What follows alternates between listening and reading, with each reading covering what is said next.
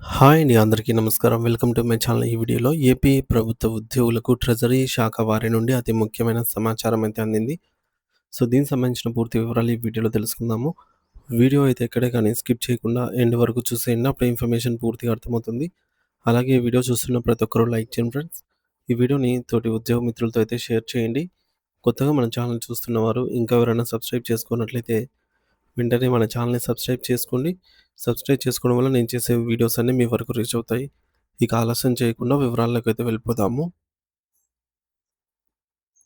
Friends, ఇక విషయానికొచ్చినట్లయితే ఆంధ్రప్రదేశ్ రాష్ట్ర ప్రభుత్వ ఉద్యోగులు ప్రధానంగా విద్యాశాఖలో పనిచేస్తున్నటువంటి ఉపాధ్యాయులందరికీ ఎంతో కీలకమైన 24 సంవత్సరాల ఆటోమేటిక్ అడ్వాన్స్‌మెంట్ స్కీమ్ ఏఏఎస్ లేదా స్పెషల్ ప్రమోషన్ పాలసీ ఎస్‌పిపి-2 ఆర్ ఎస్‌ఏపిపి-2 మంజూరు ప్రక్రియలో అమరావతిలోని ట్రెజరీ మరియు అకౌంట్స్ డైరెక్టరేట్ డిటిఏ కార్యాలయం అత్యంత ప్రాధాన్యత కలిగిన నూతన మార్గదర్శకాలను జారీ చేస్తూ ఒక కీలక మెమోను విడుదల చేసింది.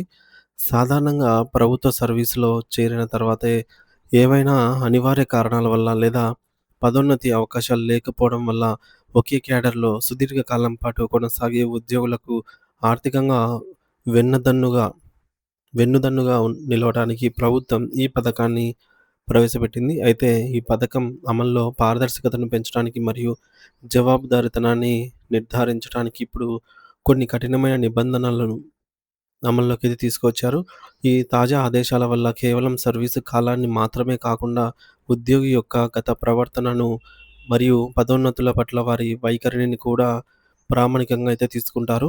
గతంలో అమల్లో ఉన్న విధానాన్ని పరిశీలిస్తే ఒక ఉద్యోగికి తన సర్వీసు కాలంలో పదోన్నతి వచ్చినప్పటికీ వ్యక్తిగత కారణాల వల్ల లేదా ఇతర ప్రాంతాలకు బదిలీ కావటం ఇష్టం లేక ఆ పదోన్నతిని తిరస్కరించినప్పటికీ వారికి 24 సంవత్సరాల సర్వీసు నిండి ఉంటే వెంటనే ఆటోమేటిక్‌గా ఈ స్కేలు మంజూరు చేసేవారు. అంటే పదోన్నతిని వదులుకోవడం అనేది ఈ ఆర్థిక ప్రయోజనాన్ని పొందడానికి ఎటువంటి అడ్డంకిగా ఉండేది కాదు. కేవలం 24 ఏళ్ల కాలపరిమితి ఒక్కటే ప్రధాన అర్హతగా పరిగణించబడేది. కానీ తాజా మెమో ఈ పాత పద్ధతికి పూర్తిగా స్వస్తి పలికింది. ఇకపై ఉద్యోగి తన స్వార్థ ప్రయోజనాల కోసం పదోన్నతిని కాదనుకుంటే దానికి ప్రతిఫలంగా ప్రభుత్వం ఇచ్చే ఈ అదనపు ఆర్థిక ప్రోత్సాహకాన్ని కూడా వదులుకోవాల్సి ఉంటుంది అని ప్రభుత్వం స్పష్టం చేస్తోంది. నూతన నిబంధనల ప్రకారంగా ఒక ఉద్యోగి 24 ఏళ్ల స్కేలు కోసం దరఖాస్తు చేసుకునేటప్పుడు మొట్టమొదటగా స్వీయ ధృవీకరణ పత్రం సమర్పించడం తప్పనిసరి చేయబడింది. ఈ పత్రంలో ఉద్యోగి నేను నా గత 24 సంవత్సరాల సర్వీసు కాలంలో నాకు వచ్చిన ఎటువంటి పదోన్నతిని కావాలని తిరస్కరించలేదని లిఖితపూర్వకంగా హామీ ఇవ్వాలి. ఇది కేవలం ఒక కాగితం మీద సంతకం మాత్రమే కాదు. భవిష్యత్తులో ఏదైనా లిఖిత తనిఖీ జరిగినప్పుడు ఒకవేళ పదోన్నతి తిరస్కరించినట్లుగా రుజువైతే తీసుకున్న మొత్తం ఆర్థిక ప్రయోజనాన్ని కూడా తిరిగి చెల్లించాల్సి ఉంటుందని గుర్తుంచుకోవాలి. ఈ నిబంధన ద్వారా ప్రభుత్వం ఉద్యోగులను ఉన్నత బాధ్యతలు స్వీకరించేలాగా ప్రోత్సహిస్తోంది. మరి దీనికి తోడుగా మరో ముఖ్యమైన నిబంధన ఏమిటంటే, తనకంటే సర్వీస్‌లో జూనియర్‌లైన ఏ ఉద్యోగికి ఇప్పటివరకు పదోన్నతి లభించలేదని ఉద్యోగి ధృవీకరించాలి. దీని వెనుక ఉన్న అర్థం గూఢ అర్థం ఏమిటంటే, సాధారణంగా పదోన్నతుల ప్రక్రియలో సీనియారిటీ ప్రాతిపదికన జాబితాను రూపొందిస్తారు. ఒకవేళ మీకంటే తక్కువ సర్వీసు ఉన్న జూనియర్ ఉద్యోగికి ప్రమోషన్ వచ్చిందంటే, దానికంటే ముందే సీనియర్ అయిన మీకు ఆ అవకాశం వచ్చి తీరుతుంది. ఒకవేళ జూనియర్ ప్రమోషన్ పొంది సీనియర్ ఇంకా అదే పోస్ట్‌లో ఉన్నారంటే, సీనియర్ ఆ పదోన్నతిని వదులుకున్నారు అని అర్థము. అందుకే ఈ యొక్క డిక్లరేషన్ ద్వారా ఎటువంటి అక్రమాలకు తావు లేకుండా పూర్తి పారదర్శకతను పాటిస్తూ ఉన్నారు.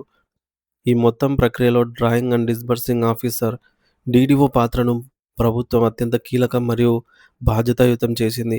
ఉద్యోగి ఇచ్చే ధృవీకరణ పత్రాలను కేవలం స్వీకరించి పక్కన పెట్టడం కాకుండా వాటిపై డీడీఓ తప్పనిసరిగా ప్రతి సంతకం చేయాలి. అంటే ఆ ఉద్యోగి సర్వీస్ రిజిస్టర్‌లో ఎస్ఆర్‌ను మొదటి పేజీ నుండి చివరి పేజీ వరకు క్షుణ్ణంగా తనిఖీ చేసి, అందులో పదోన్నతి తిరస్కరణకు సంబంధించిన ఎంట్రీలు ఏమైనా ఉన్నాయో లేదో నిర్ధారించుకోవాల్సిన బాధ్యత డీడీఓపై ఉంటుంది. ఒకవేళ భవిష్యత్తులో ఉద్యోగి తప్పుడు సమాచారం ఇచ్చారని తేలితే, ఆ ధృవీకరించిన డీడీఓ కూడా క్రమశిక్షణ చర్యలకు గురి అయ్యే అవకాశం అయితే ఉంది. కాబట్టి అధికారులు కూడా ఇప్పుడు మరింత అప్రమత్తంగా వ్యవహరించాల్సి ఉంటుంది.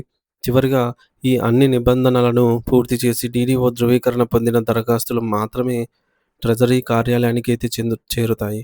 అక్కడ ట్రెజరీ కార్య అధికారులు మరోసారి అన్ని రికార్డులను పరిశీలించి నిబంధనలకు అనుగుణంగానే ఉంటేనే 24 సంవత్సరాల స్కేలును మంజూరు చేస్తారు. ఈ కఠిన నిబంధనల వల్ల ఉద్యోగులకు తక్షణమే కొంత ఇబ్బందిగా అనిపించినా దీని వెనుక ఉన్న దూరదృష్టిని గమనించాలి. పదోన్నతి స్వీకరించడం వల్ల కలిగే సామాజిక గౌరవం మరియు అధికారంతో పాటుగా ఆర్థిక ప్రయోజనాలను కూడా ప్రభుత్వం ముడిపెట్టింది. మరి ఈ 24 ఏళ్ల స్కేల్ అనేది కేవలం నెలవారీ జీతం పెరగడానికి మాత్రమే కాదు. ఇది ఒక ఉద్యోగి పదవీ విరమణ సమయంలో అత్యంత కీలక పాత్ర పోషిస్తుంది.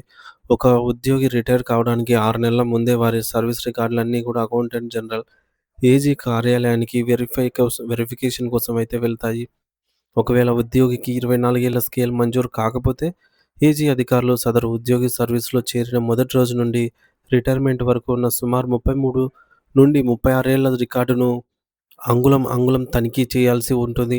దీనివల్ల పెన్షన్ మంజూరు కావడంలో, గ్రాట్యుటీ అందటంలో తీవ్రమైన జాప్యం జరుగుతుంది. దీనివల్ల రిటైర్ అయిన ఉద్యోగి మానసిక ఆందోళనకు గురవుతారు. అదే ఒకవేళ 24 ఏళ్ల స్కేల్ ఇప్పటికే మంజూరు చేయబడి ఉంటే దాని అర్థం ఏమిటంటే, ఆ మొదటి 24 సంవత్సరాల సర్వీస్‌ను ప్రభుత్వం మరియు ట్రెజరీ ఇప్పటికే పూర్తిగా వెరిఫై చేసి క్లియరెన్స్ ఇచ్చినట్లే లెక్క. మరి దీనివల్ల ఏజీ కార్యాలయ అధికారులు కేవలం ఆ 24 సంవత్సరాల తర్వాత మిగిలిన 9-12 ఏళ్లను సర్వీస్‌ను మాత్రమే తనిఖీ చేస్తే సరిపోతుంది. కాబట్టి ఈ విధానం వల్ల సో, ఈ యొక్క 24 ఇయర్స్ స్కేల్ తీసుకోవడం వల్ల వెరిఫికేషన్ ప్రక్రియ అనేది అంతంత పూర్తిగా వేగంగా పూర్తవుతుందనమాట. ఎందుకంటే తర్వాత 24 తర్వాత 24 ఏళ్ల తర్వాత ఉన్న సర్వీస్‌ని మాత్రమే వెరిఫై చేస్తారు కాబట్టి. మరి ఉద్యోగి రిటైర్ అయిన వెంటనే మొదటి నెలలోనే పెన్షన్ మరియు ఇతర ప్రయోజనాలు ఎటువంటి ఆటంకం లేకుండా పొందే అవకాశం గూడా ఈ విధంగా ఈ ప్రాసెస్‌లో ఉంటుంది. ఇది ఉద్యోగికి తన వృద్ధాప్యంలో ఎంతో ఆర్థిక భరోసాను మరియు ప్రశాంతతను అందిస్తుంది. మరి కావున ప్రస్తుతం డీటీఏ జారీ చేసినటువంటి ఈ యొక్క మార్గదర్శకాలను దృష్టిలో ఉంచుకొని ప్రతి ఉద్యోగి మరియు ఉపాధ్యాయుడు పదోన్నతుల విషయంలో చాలా జాగ్రత్తగా ఉండాలి. కేవలం బదిలీ ఇష్టం లేకనో లేదా పని భారం పెరుగుతుందనే భయంతోనో పదోన్నతిని తిరస్కరిస్తే అది మీ యొక్క 24 ఏళ్ల ఆర్థిక ప్రయోజనం పైనే కాకుండా మీ పదవీ విరమణ అనంతరం జీవితంపై కూడా తీవ్ర ప్రభావం చూపుతుందనైతే గ్రహించాలి. ఈ నిబంధనల సారాంశాన్ని అర్థం చేసుకొని సర్వీస్ రికార్డులను సక్రమంగా ఉంచుకోవడం ప్రతి ఒక్కరి బాధ్యత. ప్రభుత్వం అనుసరిస్తున్న ఈ క్రమశిక్షణతో కూడిన విధానం భవిష్యత్తులో ఉద్యోగ వ్యవస్థను మరింత బలోపేతం చేస్తుంది అనైతే ఆశించవచ్చు. సో, ఇది ఫ్రెండ్స్. ఈ విధంగా అయితే ప్రాసెస్ అనేది మనందరికీ తెలిసిందే. సో, తెలియని వారి కోసమైతే ఈ యొక్క వివరణ ఇవ్వడం జరిగింది. కాబట్టి మొదటి 24 ఏళ్ల స్కేల్ తీసుకోవడం అత్యంత ఉత్తమం. అలాగే పదోన్నతి ముందు మనకు పదోన్నతి వస్తుందా లేదా అనేది కూడా చూసుకొని ఏది బెనిఫిట్ ఉంటుందో ఆ విధంగా మనమే ఆలోచించుకొని ఈ యొక్క ఏఏఎస్ ఆటోమేటిక్ అడ్వాన్స్‌మెంట్ స్కీమ్ అనేది ఎంచుకోవడం అయితే ఉత్తమం. Thank you for watching this video.